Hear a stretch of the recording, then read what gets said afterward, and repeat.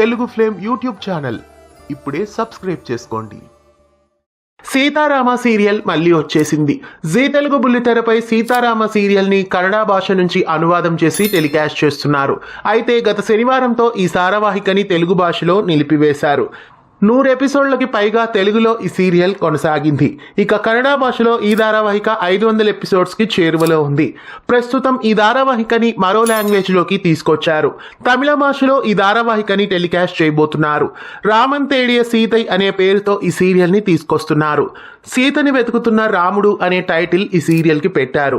గగన్ చిన్నప్ప, వైష్ణవి గౌడ, రీతూ సింగ్ ఈ ధారావాహికలో ముఖ్య పాత్రల్ని పోషిస్తున్నారు. అతి త్వరలో జీ తమిళ్లో ఈ సీరియల్ ప్రేక్షకులని అలరించనుంది. సీతారామ సీరియల్ తెలుగులో నిలిపివేయడం మీకెలా అనిపిస్తోంది?